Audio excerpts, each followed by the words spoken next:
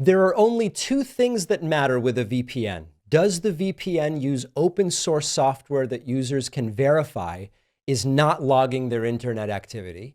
Have police gotten a court order to get user activity logs from that VPN, only to find out that the logs never existed because of the company's transparent no-log policy? The only VPN who can answer yes to both of those questions is private internet access. The only VPN who can prove that your data stays private. They're giving you 83% off, which is just $203 a month, plus 4 extra months for free at piavpn.com/DavidP. Welcome, everybody. Great show today. We're actually going to record this one rather than immediately deleting it because it's so bad. We are going to talk about so many things today, including, does the Constitution matter anymore? We're going to do some tax stuff, some thick and meaty policy things, but we're also going to talk about the free market and free market capitalism. And I come to you bearing news, my friends, that the free market appears to be deciding that Tesla is done. If you want to see real capitalism, we are seeing it in front of our very eyes. Tesla is collapsing in Germany. It has nothing to do with government interference. It has nothing to do with regulation. It has nothing to do with an overzealous regulator or government. It is the free market at work. People deciding they do not want a product. And this has consequences for the company selling that product. What am I talking about? A massive survey of over 100,000 Germans confirmed what Tesla's sales numbers in Europe already told us. 94% of Germans say they will not buy a Tesla. This is not happening in a vacuum because EV sales are going up. If nobody wants electric vehicles, then of course anybody selling only electric vehicles is going to suffer, but that is very much not the case. German electric vehicle sales grew 27% last year, while Tesla sales went down 41% and a staggering 70% in the first 2 months of 2025 compared to last year. This is destructive. Why is this happening? The answer is very simple. Elon Musk torched his own brand. Germany has plenty of electric vehicle options. They are choosing anything but Tesla because when your CEO is out there praising the far-right AfD party, meddling in elections, throwing up Nazi salutes at Trump's inauguration, yeah, that is going to be a problem in a country that takes its history a little bit more seriously than Elon Musk does. Now, we zoom out from Germany. This is not only happening in Germany. We talked about Europe and Tesla sales collapsing in Europe, but it's even bigger than that because Tesla's hemorrhaging customers worldwide. Here in the United States, Tesla went from the ambassador brand for electric vehicles, for liberals, for progressives, to people who care about the environment, to a rolling billboard for Elon Musk's far-right political fantasies and delusions. So the Republican solution is government intervention, which they claim to be against. Donald Trump spent years mocking electric cars and, calling them scams. You can't drive anywhere. You can't charge them. He attacked climate policy. He just last week did this full-blown Tesla infomercial from the White House where he climbed into a Model S and said to his followers, it's an American-made car. I love Tesla.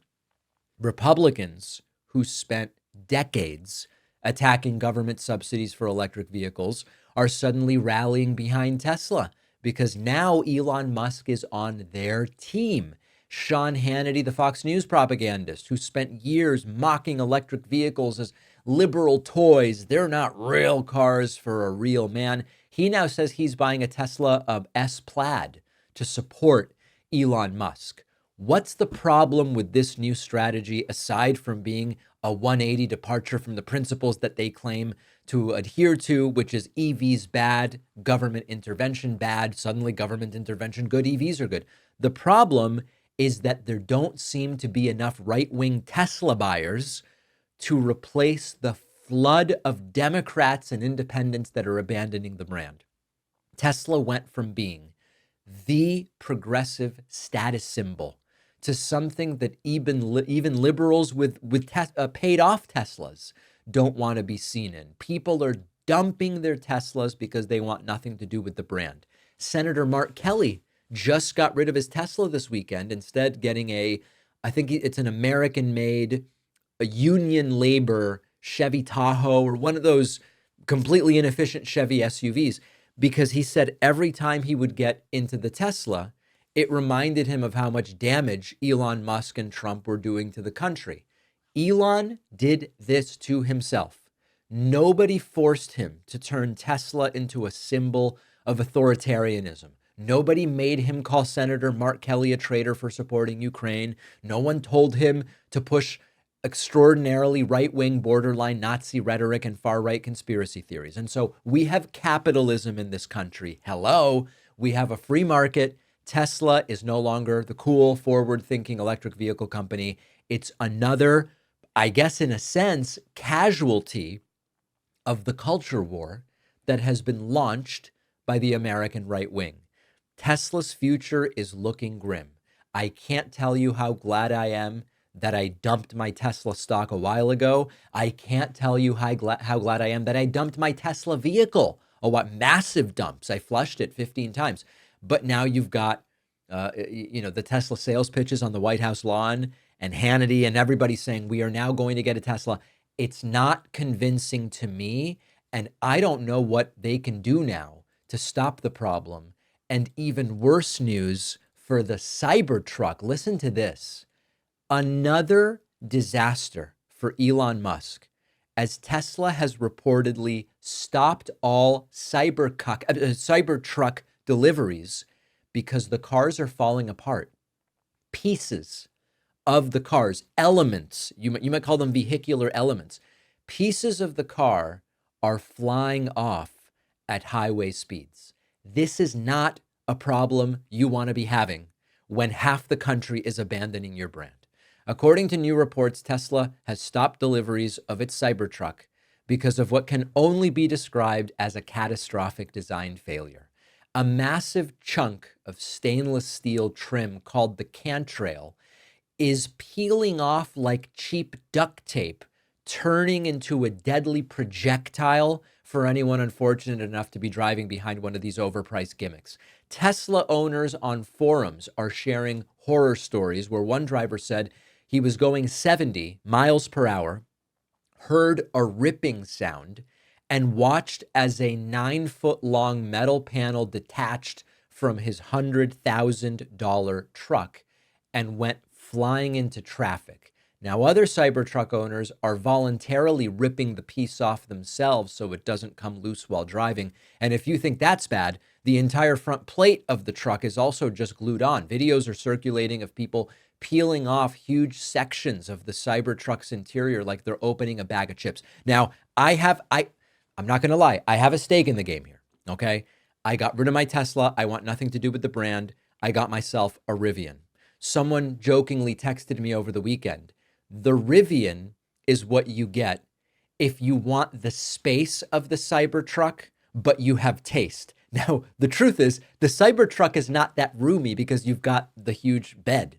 Of course, I guess the R1T maybe is a replacement. But these are not, I can now attest, based on seeing the build quality of the Rivian, this 9-foot piece is flying off the car, not what you expect in such a vehicle. And it's the latest in a long series of humiliations for Elon Musk. Since its release, the Cybertruck has been mocked, it's been vandalized, it's been recalled half a dozen times, and it has thoroughly embarrassed the owners of the trucks when you realize that these do not work very well. So where are we now? Deliveries have reportedly been stopped entirely. Tesla scrambling how to fix the problem. The things are borderline disintegrating as they drive down the highway.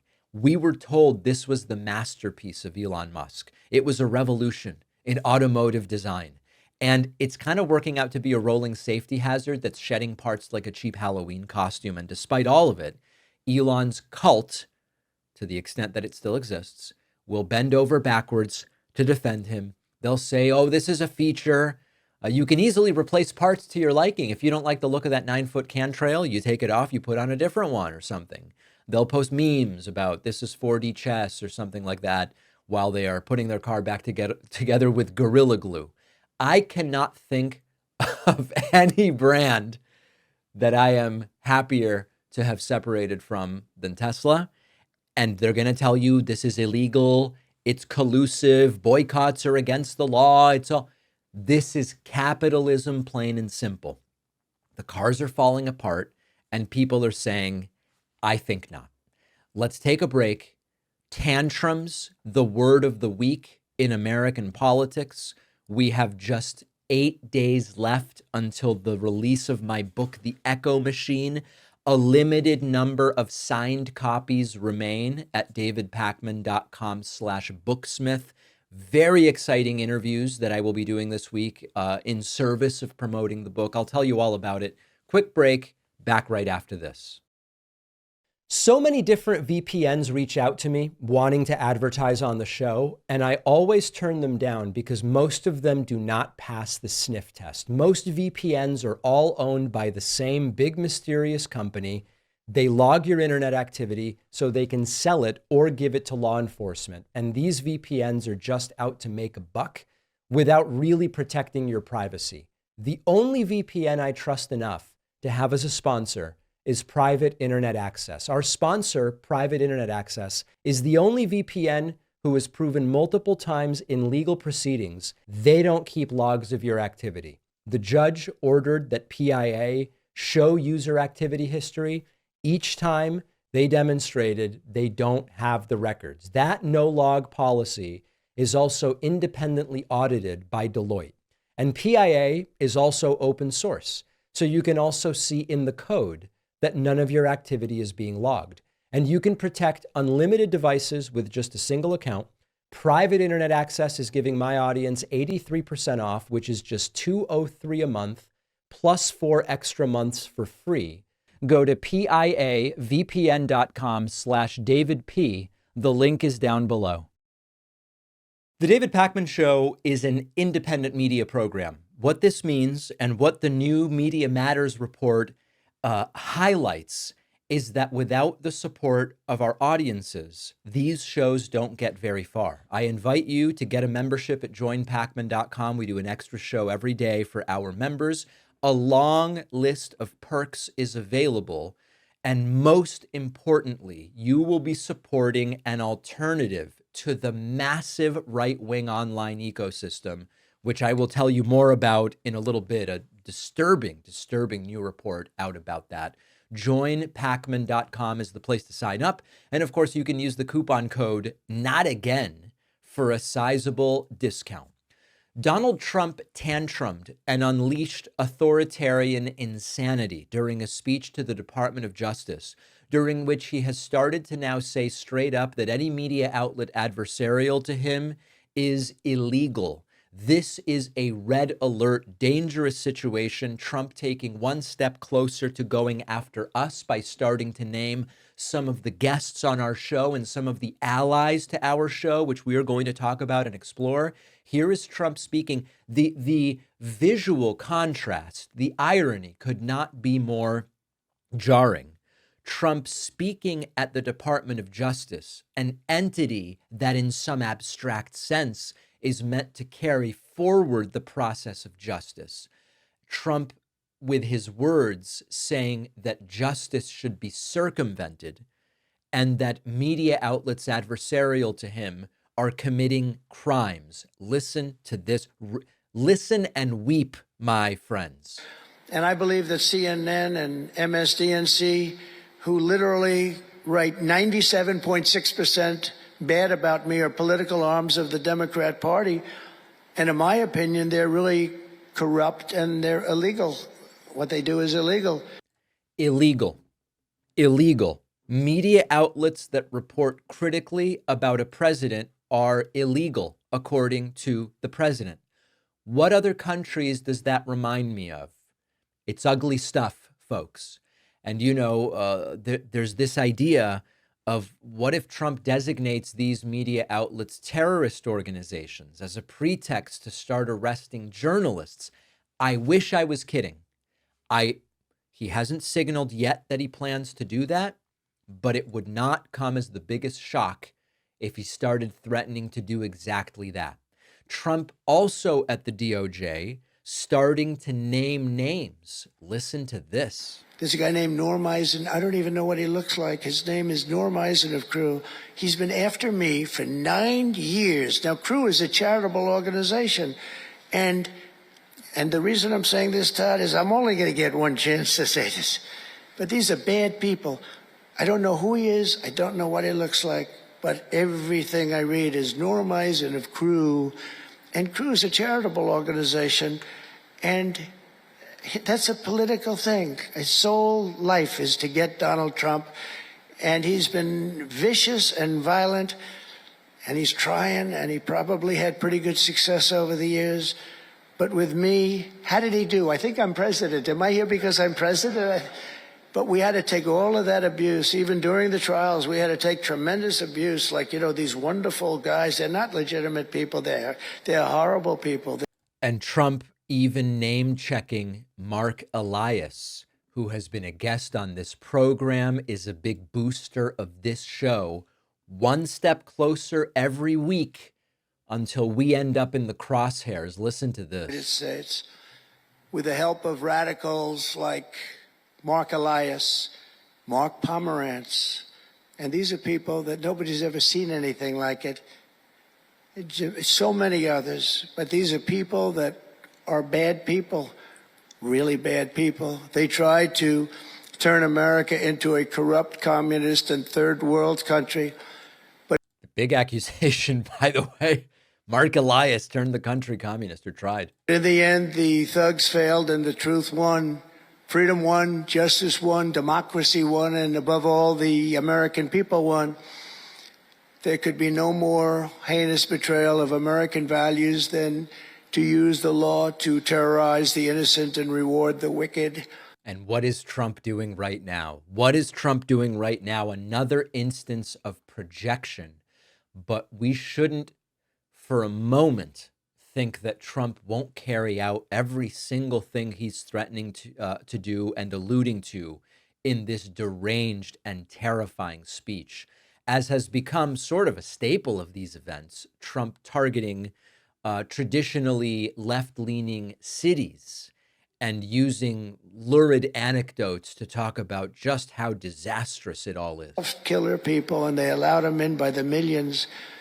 In major cities like New York, Chicago, and Washington, mothers can't walk their children to the park without fear of being shot or killed or raped or anything. Women can't ride the subway without worrying that a hoodlum will shove them onto the train tracks. In New York, it's happened twice in the last couple of weeks. They're standing there, a perfect Wall Street gentleman in one case, and another person who was a worker, good worker, electrician, gets pushed into a train going 45 miles an hour just prior to the train, not stopping, going to go through that. So I know the stations very well. I used to take the subway. I used to feel safe. When I was young, my parents would drop me off at the subway. I'd take the subway to my school. So listen, we've heard a lot of this before. There is no question that if there is any crime, we should be dealing with it. And one of the failures of Democrats in the 2024 election was to seem not to care about crime that exists. But the truth is that crime rates have been declining in the United States for a long time. There was no big burst of crime under Joe Biden. And that, as a general principle, we see very high rates of crime in red cities. You look at Oklahoma City compared to New York City, the crime rates are higher in Oklahoma City. Of course, New York has way more people, so the number of crimes is greater in New York City. If you look at Oklahoma as a state rather than New York as a state, you see the same thing.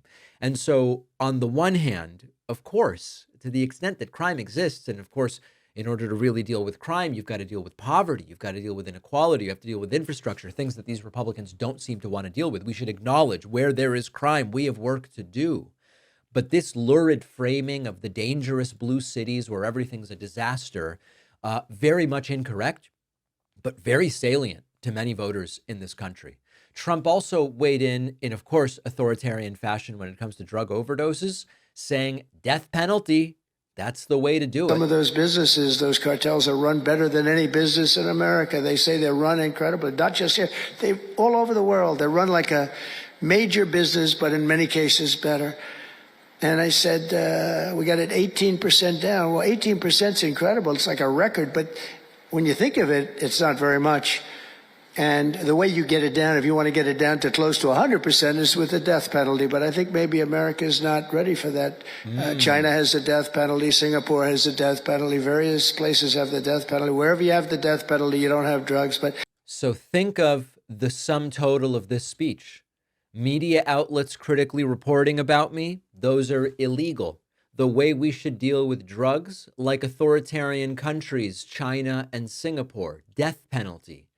This is an authoritarian nightmare. Trump continued with what Democrats do is illegal. And these newspapers are really no different than a highly paid political operative.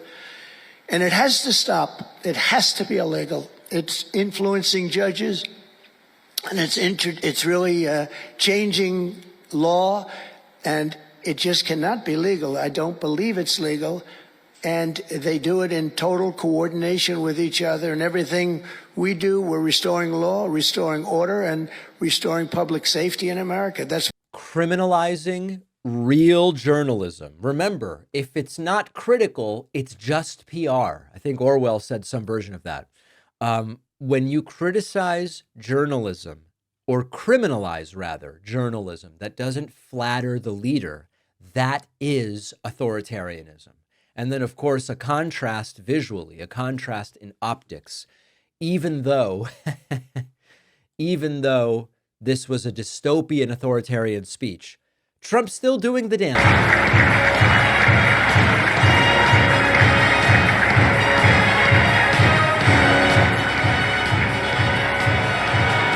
And for whatever reason, the music typically out of phase at Trump's events, something that we've seen. Terrifying.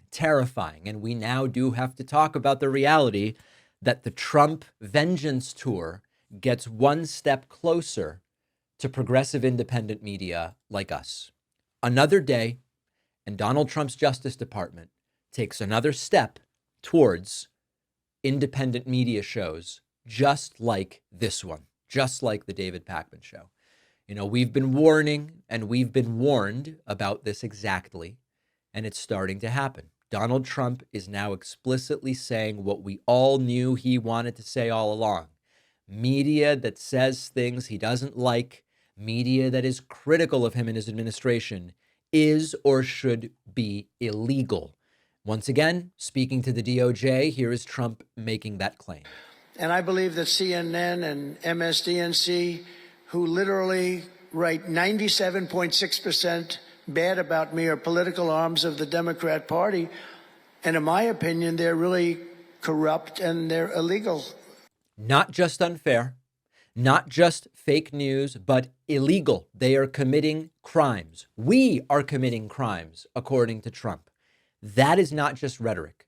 That is the sort of justification and pretext that authoritarians use for a full-blown crackdown on an open and free press.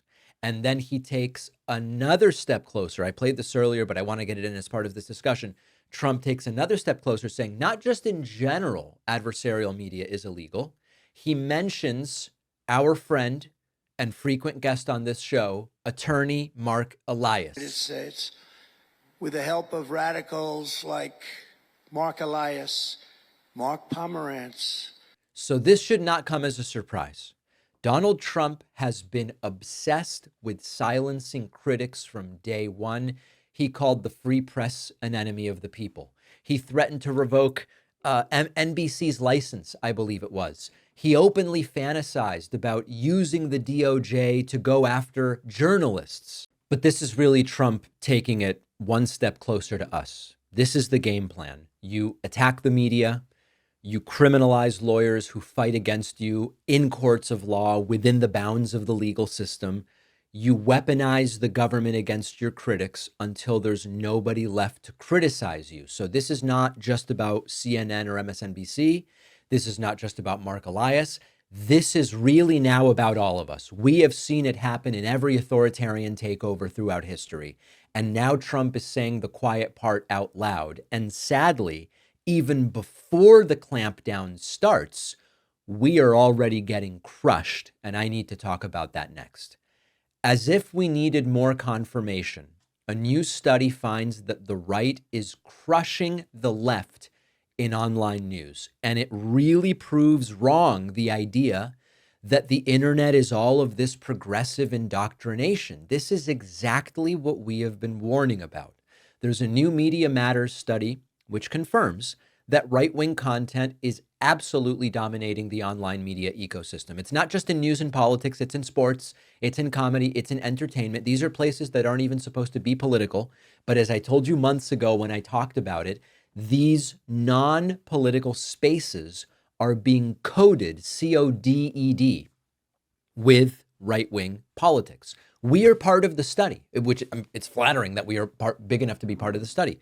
Media Matters put out a study, and this chart, you might see us there at the bottom. What it uses are red and blue circles, red circles to show right-wing political entities, a blue for left-wing. Size designates subscriber numbers. Now, I don't even think that these numbers are correct or up to date, but it doesn't matter because the big picture takeaways are stunning. 82% of the total online media audience belongs to right-wing shows. That's nearly 5 times the following of the left-leaning shows. 9 of the top 10 biggest shows are right-wing. The only left-leaning show to make the list is Trevor Noah's What Now, which I have to admit I've never heard of. And I looked into it. It's not really a left-wing independent show in the mold of a lot of these others. It's not equivalent in many ways. The right-wing content doesn't just dominate politics, it seeps into everything. Joe Rogan, Theo Von, the Nelk boys, they all at least pretend to not be overtly political shows, but they're constantly platforming far-right guests and are overwhelmingly dominated by right-wing ideas. Right-wing YouTube channels double the total views of left-leaning ones, 65 billion to 31 billion. So what's happened is that the right has built an empire of alternative media. And it is working, and it worked in 2024, and we talked about it in our postmortem about the 2024 election. You know, we talk about the power of Fox News. The real action seems to be happening online. In 2024, Trump reached 23 million people a week through podcasts and online shows. That is 4 times the reach of Kamala Harris. So these are not fringe outlets anymore. They are really shaping elections. They drive the narratives. They control political discourse in ways that most of the mainstream media doesn't even understand. The other key difference, and we've talked about this, now Media Matters has finally put together a structured report about it, but I've been telling you this stuff for years. Republicans support their media. They promote it. They invest in it. They take it seriously. And that is why right-wing shows thrive when many left-wing shows struggle. This is a crisis for progressive media. There's no other way to say it. The question is, are we going to do anything about it? You know, people love to complain about right-wing disinformation. What are we really doing to counter it? Where is the investment in left-wing media? Where is the mass promotion of progressive voices? For years, I've been saying, if you want real progressive media, you have to support it. That's why subscribing, sharing, promoting shows you like, maybe it's this one, maybe it's not, right? This doesn't have to be self-serving. Whatever you think are the best shows doing the best work, you've got to do it because the right is flooding the online space with daily content, massive audiences, nonstop political messaging, production money, and all of it. And too many people on the left are waiting for someone else to fix the problem. So at a minimum, the shows you like, if they have a YouTube channel, subscribe to it. We've passed 3 million subscribers. We were too busy dealing with an authoritarian crackdown to even talk about it, but we have passed 3 million YouTube subscribers. Subscribe to the YouTube channels that you like. Rate and subscribe to the audio podcasts. That is another area where the right is dominating. We're on iTunes, we're on Spotify. Subscribe and rate. That's free. It's all, if that's all you can do it for the shows that you support. And of course, if you can afford it, grab a membership or pre-order my book or someone else's, or subscribe to someone else if they have a membership program, or do all of it. Joinpacman.com is our membership program. Most shows have one as well. We are in trouble, folks. And the Media Matters study is a terrifying reminder. Don't forget that the best way to support the David Pakman Show is by becoming a member, which gives you access to the daily bonus show, the regular show with no commercials. You also get access to our entire archive of every episode dating back a really long time, and plenty of other awesome membership perks. Go to joinpacman.com, joinpacman.com. Well, it has happened again. A man votes for Trump, and his Peruvian wife gets arrested by ICE and thrown into a detention center. This time it's in Wisconsin. A man named Bradley Bartell voted for Trump. He liked Trump's whole tough on immigration promise. And now Bradley is begging for his wife to be released from an ICE detention center after she was detained at the airport and ripped away from their family. We're talking about Camila Munoz, his wife, who was in the process of getting her papers in order. She wasn't sneaking across the border. She wasn't hiding from authorities. She wasn't bringing in fentanyl nor fentanyl. She wasn't bringing in either. She legally applied for permanent residency. She had been vetted by the U.S. government. She was married to an American citizen. She followed the process the way people are supposed to. And none of it made a difference because she and her husband were flying home to Wisconsin after honeymooning in Puerto Rico, as Trump used to say it. At the airport, an immigration agent stops her, asks, "Are you an American citizen?" She answers honestly, "Not yet." ICE agents detain her on the spot. She's gone. This is the same story over and over and over again. People often assume that cruel, draconian immigration policies will only affect someone else. You know why? Because a lot of people assume it'll only affect the bad people, and everyone I know in these situations is a good person. It'll not touch my family. It won't touch my partner. It won't touch me.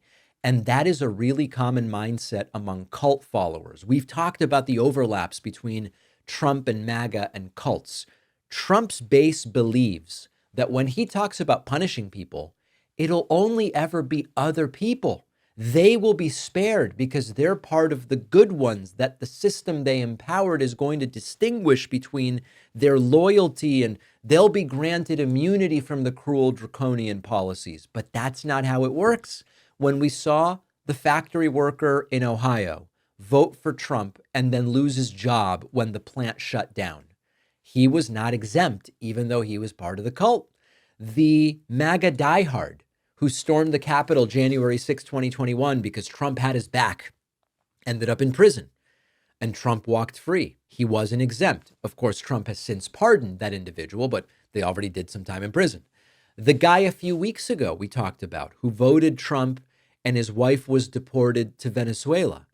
And now we've got Bradley Bartell cheered on Trump's immigration crackdowns until his wife was caught in the net, not exempt.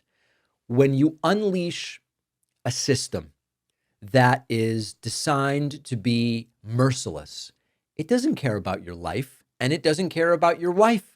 It doesn't care that Camila Munoz had a job and paid taxes and was raising Bartell's 12-year-old son as if he were her own. It doesn't distinguish that she was legally married to a U.S. citizen with in-process paperwork and a seemingly inevitable path to citizenship, because that's what the Constitution says. The system didn't care that her only crime was a visa overstay caused by COVID shutting down flights out of the United States. So what we learn is that the cult members aren't ultimately spared, but also that this whole thing was never really about targeting the violent criminals, which they told us. It's about mass roundups, it's about fear tactics, and it's about stoking really the worst instincts of Trump's base, which sometimes end up pointed right back at the very cult members. And part of the reason that this is happening is that ICE is under major pressure from Trump's White House to ramp up the detentions. Why? Because they're struggling to find people. Instead of tracking down actual dangerous criminals, which to a degree they're doing, but they're struggling to find them, they are sweeping people up like Camila Munoz at airport checkpoints because it's easier. It's lower hanging fruit in a way. The guy who voted for this now sees the truth. And now he says, we need a system that shows people mercy. It reminds me, if I'm honest, of when we hear about anti-gay congressman changes his mind when his daughter comes out as a lesbian, and all of a sudden he wants humanity. And it's very disturbing that so many people in this country, in the world, sure, but we're looking at it here, so many people are unable to say, oh, I can imagine what this would be like, even if I don't expect to be in the situation. Bradley Bartell is now in that situation. And now he's realizing that the Trump immigration machine does not care about fairness. It doesn't care about families. It doesn't care about common sense. So Bartell now is going to watch his family's savings drain into legal fees. His wife will sit in a detention center. It'll be terrible for their 12-year-old. And the dream of buying a house and raising kids starts to be replaced by one question. Did he really think that the rules wouldn't apply to him? And the answer seems to be no. He didn't think the rules would apply to him. In his latest authoritarian explosion, Donald Trump is declaring that the pardons issued by President Joe Biden at the end of his term are void and they are vacant. What a nightmare. Is there any legal basis for this? Well, I'll tell you in a moment. Here is Donald Trump on Air Force One saying those pardons are not valid. Are those executive orders, those pardons from the former president now null and void? Well, I think so. It's not my decision. That'll be up to a court. But I would say that they're null and void because I'm sure Biden didn't have any idea that it was taking place. And somebody was using an auto pen to sign off and to give pardons to, as an example, just one example, but the J6 Unselect Committee. They gave, think of it, they gave pardons with an auto pen. I don't think Biden knew anything about it. And what they did is they deleted and destroyed all of the information that took them over a year to get. Trump saying the pardons from Biden are void. He also put out a post on Truth Social, where he said, quote, the pardons that Sleepy Joe Biden gave to the Unselect Committee of political thugs, by the way, this came out in the middle of the night, and many others, are hereby declared void, vacant, and of no further force or effect because of the fact that they were done by auto pen. In other words, Joe Biden did not sign them, but more importantly, he did not know anything about them. The necessary pardoning documents were not explained to or approved by Biden. He knew nothing about them, and the people that did may have committed a crime. Therefore, those on the Unselect Committee, who destroyed and deleted all evidence obtained during their 2-year witch hunt of me and many other innocent people, should fully understand that they are subject to investigation at the highest level. The fact is, they were probably responsible for the documents that were signed on their behalf without the knowledge or consent of the worst president in the history of our country, crooked Joe Biden. So before we get into the real analysis, just to see if this applies to everybody, do you think Trump hand-signed 1,500 pardons for every January 6th rioter? Do you believe that that's what he did? Of course not. Now, none of this is a thing legally. A president cannot unilaterally declare a prior presidential pardon void. Can't do it. A validly issued pardon is final for better or worse. You don't have to like the pardon process to just say that these are final. Second, Trump is fixated on the auto pen. The auto pen is a device that's used to sign routine documents on behalf of presidents all the time. It's not new. Auto pens are used to sign every sort of document that you can imagine. Presidents, including Trump, have used auto pen signatures for military commissions, for bills that became law, for official documents of all kinds. Are all of those void? Of course not. Only these. And even Supreme Court justices have acknowledged that auto pen signed pardons are legally valid. It's a completely manufactured excuse. And what Trump wants here is Trump wants to go after the people that Joe Biden preemptively pardoned.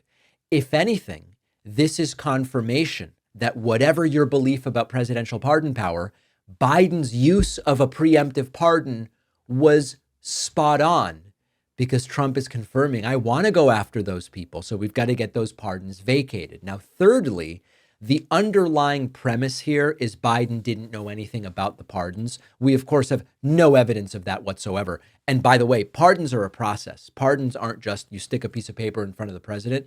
The idea that Biden's own Justice Department was granting clemency or pardons without knowledge of the president is a conspiracy theory for which they've presented no evidence. The important part of this is not, the auto pen. The important part is to understand what Trump is looking to do here. This is about retribution and revenge. This is not a debate about executive authority. This is real-time authoritarianism. We are seeing it. It's happening. And Trump is now openly wielding presidential power to try to erase legal acts of the former president and of a previous administration to punish his enemies. This is what happens in regimes that don't have functioning checks and balances. Earlier, Trump saying media outlets that do critical reporting on me are illegal. Mark Elias is a criminal for what he's done. And now Trump is saying we are going to find a way to undo what prior presidents have done so we can have open prosecutorial season on my political enemies. The critical detail here is that we don't know what legal avenue Trump intends to pursue to undo Biden's pardons. What I mean by that is at least for now, troth posts are not legally binding. Trump posting something to Truth Social doesn't make it legally so. So is this one of those things where Trump posts something and forgets about it and no actual action is taken? Or is there some imminent action, an investigation, some kind of legal decree process, or trying to get a court to sign off on reversing pardons? We know of no legal process that would achieve that. But the question we are left with is, okay, he talked about it on the plane. He put out a troth at close to 1 a.m. this morning about it. Is the administration going to actually pursue some way of saying, we don't believe the pardons for some of these people are valid, we are now going after them? We don't have the answer. We will follow it. It's terrifying, but we don't currently have the answer. What do you think he will do? What will the administration do? You can email me, info@davidpakman.com. If you value what we do at The David Pakman Show, remember to support us on Patreon. Go to patreon.com/David Pakman Show, where you can get access to behind-the-scenes videos, the daily bonus show, the commercial-free daily show. You can support the show for as little as $2 a month. Check it out at patreon.com/David Pakman Show. Anti-war President Donald Trump has launched a new military offensive. Not really the anti-war candidate, is he? Donald Trump just ordered major military strikes in Yemen, where he says the following, quote, today I have ordered the United States military to launch decisive and powerful military action against the Houthi terrorists in Yemen. They have waged an unrelenting campaign of piracy, violence, and terrorism against American and other ships, aircraft, and drones. Joe Biden's response was pathetically weak, so the unrestrained Houthis just kept going. It has been over a year since a U.S.-flagged commercial ship safely sailed through the Suez Canal, the Red Sea, or the Gulf of Aden. The last American warship to go through the Red Sea 4 months ago was attacked by the Houthis over a dozen times. Funded by Iran, the Houthi thugs have fired missiles at U.S. aircraft and targeted our troops and allies. These relentless assaults have cost the U.S. and world economy many billions of dollars, while at the same time putting innocent lives at risk. Trump continued, the Houthi attack on American vessels will not be tolerated. We will use overwhelming lethal force until we have achieved our objective. The Houthis have choked off shipping in one of the most important waterways of the world, grinding vast swaths of global commerce to a halt and attacking the core principle of freedom of navigation upon which international trade and commerce depends. Our brave warfighters are right now carrying out aerial attacks on the terrorist bases, leaders, and missile defenses to protect American shipping, air, and naval assets and to restore navigational freedom. No terrorist force will stop American commercial and naval vessels from freely sailing the waterways of the world. To all Houthi terrorists, your time is up and your attacks must stop starting today. If they don't, hell will rain down upon you like nothing you have ever seen before. He also levies a threat against Iran, where he says to Iran, support for the Houthi terrorists must end immediately. Do not threaten the American people, their president, who has received one of the largest mandates in presidential history, or worldwide shipping lanes. If you do, beware, because America will hold you fully accountable, and we won't be nice about it. So less than 2 months into his second term, Trump has launched a full-scale bombing campaign against Houthi militants. That's an Iran-backed group that controls a lot of northern Yemen. The targets are air defenses, radars, and missile sites, and the justification is the restoration of stability in the Red Sea after attacks that took place. Houthi attacks on shipping vessels took place. But we have to call this what it is. We have to acknowledge it for what it is. This is direct U.S. military engagement in yet another Middle Eastern conflict, which Donald Trump said was not going to happen under his watch. This is an expansion of U.S. war in the region. If Trump were truly against foreign entanglements, he'd be looking for diplomatic solutions. And instead, he's doing what every hawkish Republican administration does, is we're going to drop bombs and we're going to say that we're doing because we're big and strong. And it's about sending a message and you'd better not go any further. Now, Trump and his fans love to talk about how he's the real anti-war president. He didn't start any wars in his first term, even though he escalated a number of different conflicts. But now we are, 50 days in or something like that, and Trump's ordering airstrikes, naval attacks, military operations, threatening to rain hell down upon them, and threatening Iran as well. This is something with the potential to spiral into an all-out regional conflict, thanks to what Donald Trump is doing. And then the threat to Iran also bears some discussion, because when Trump warns Tehran, any further involvement with the Houthis will have consequences. The problem is, if Iran responds verbally, with the statement, Trump just pulled the U.S. even deeper into the exact kind of Middle East war that he claims to oppose. Now, you might notice that the usual Republican voices aren't screaming about forever wars right now. The same people who called Joe Biden weak for military action in the region are cheering this on. And the same people who supposedly want to bring our troops home, they're quiet. They're not saying a word right now. And it's a reminder that at the end of the day, the Republicans' position on war was never about principle. It's about who's in charge. When Democrats use military force, it's reckless and also not enough force. When Trump does it, it's simply necessary. You got to do it. And it's really just an eye-opening reminder, if you had forgotten, that Donald Trump's entire foreign policy persona is a complete and total scam. He talks this big game, we're going to stay out of wars, and Hillary would have started 6 wars and all of this stuff. But his first major foreign policy move of the second term is starting a conflict. And the U.S. will now be fully engaging in this military campaign in Yemen. And if Trump keeps escalating, it could be a much bigger conflict. So we've got to just accept that some of my friends on the left were wrong. It's okay to be wrong. I've been wrong, and I try to correct it. I had friends on the left saying, Trump seems genuinely committed to cutting military spending through DOGE. I said, I don't think so. Trump confirmed last week he will not be cutting military spending, and his budget increases the size of the military, the amount of spending. So that's one down. Secondly, there were those who said, I disagree with Trump about a lot of stuff, but I do think he wants to keep us out of conflicts, new conflicts, growing conflicts, escalating conflicts. Well, on day, I don't know what day it is, 50, it's almost 60, of Trump's presidency, he now has announced a new military entanglement in the Middle East with further threats, both within Yemen and to Iran. Are we ready to say, all right, he's not cutting the military and he's not the anti-war president? Or are we going to continue playing this game that this might be a new Trump who's going to behave totally differently. I didn't see it, but I was hopeful. Maybe they're right. Turns out they were wrong. It's the same old Trump. Donald Trump gave a sort of confused little, I don't even know if I would call it a press conference. He kind of just spoke to some reporters on Air Force One. And Trump is already claiming victories on a number of the different issues that he said he would be working with.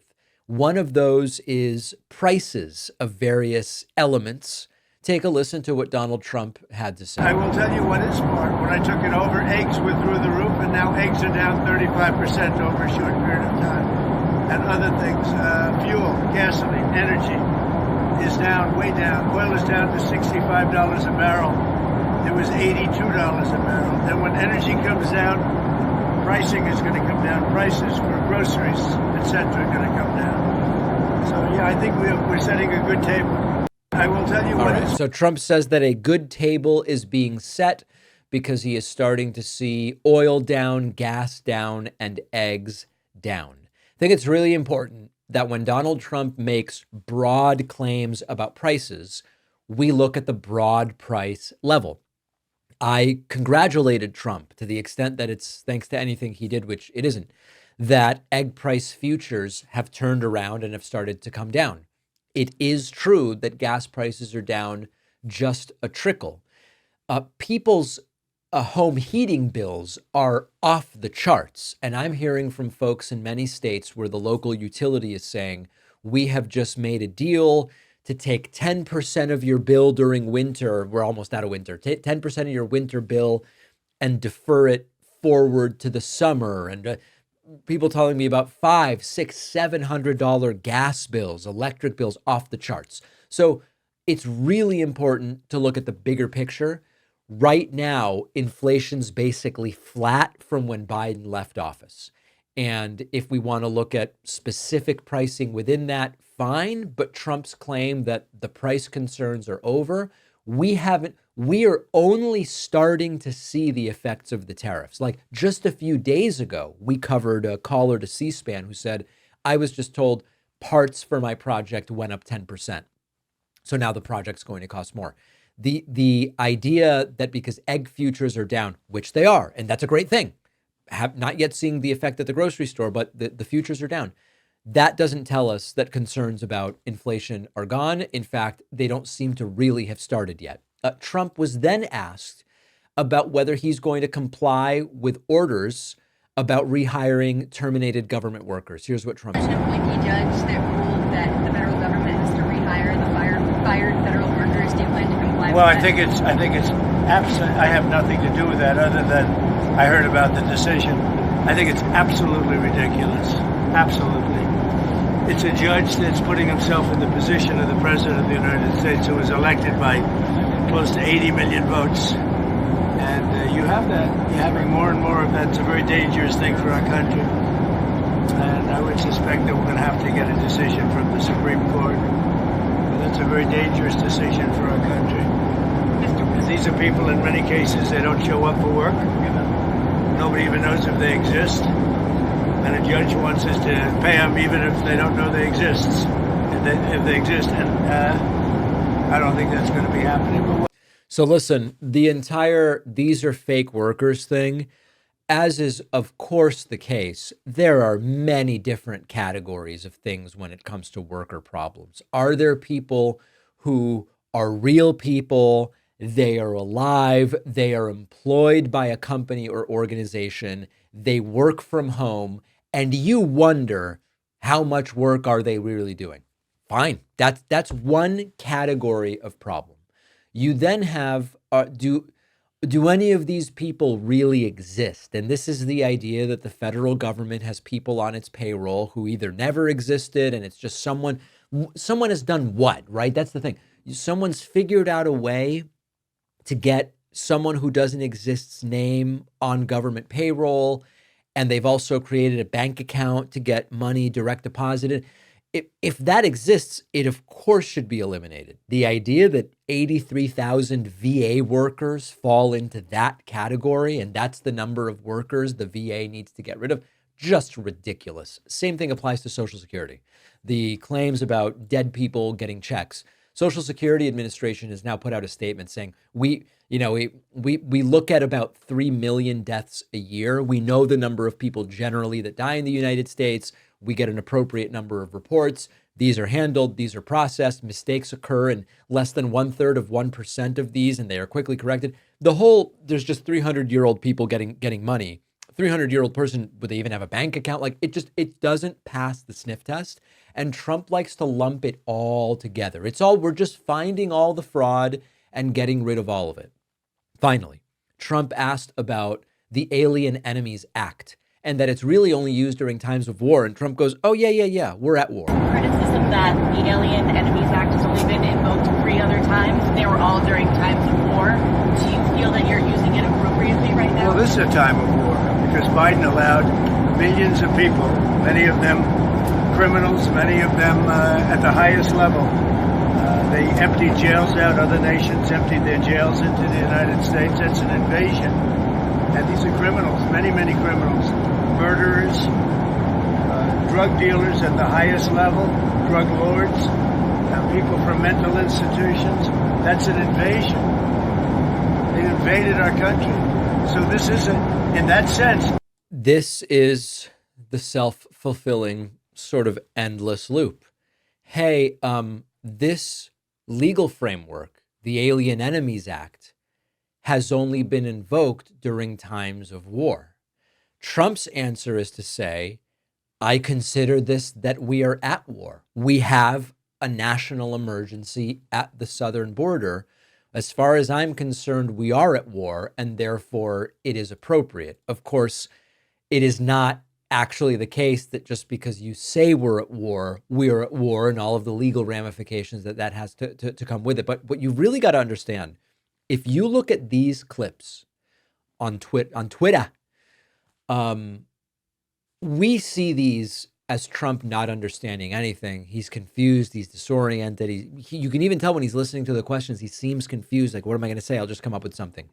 If you look at the comments on Twitter, which is a right-wing echo chamber at this point, below these clips, people are enamored with this stuff. They go, he's so strong. That's right.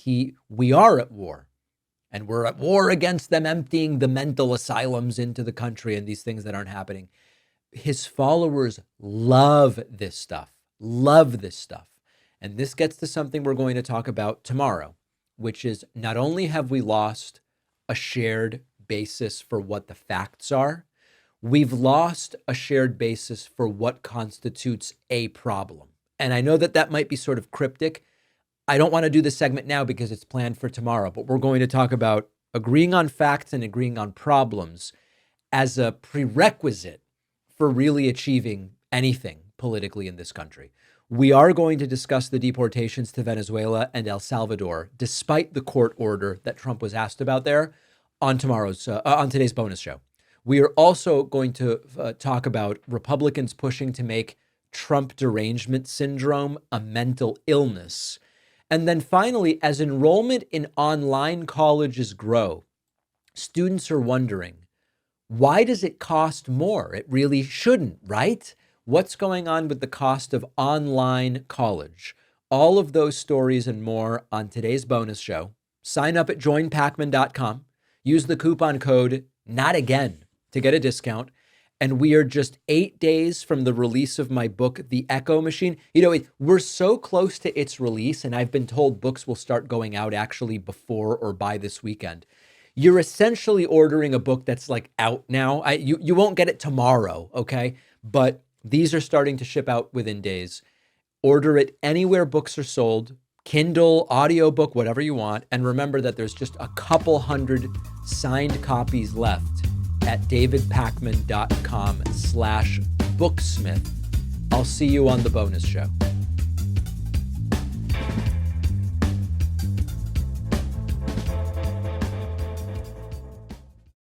Thanks a lot for watching today's show. I just want to take a second to tell you about today's sponsors. There are only 2 things that matter with a VPN. Does the VPN use open source software that users can verify is not logging their internet activity? Have police gotten a court order to get user activity logs from that VPN, only to find out that the logs never existed because of the company's transparent no-log policy. The only VPN who can answer yes to both of those questions is private internet access. The only VPN who can prove that your data stays private. They're giving you 83% off, which is just $203 a month, plus 4 extra months for free at piavpn.com/DavidP.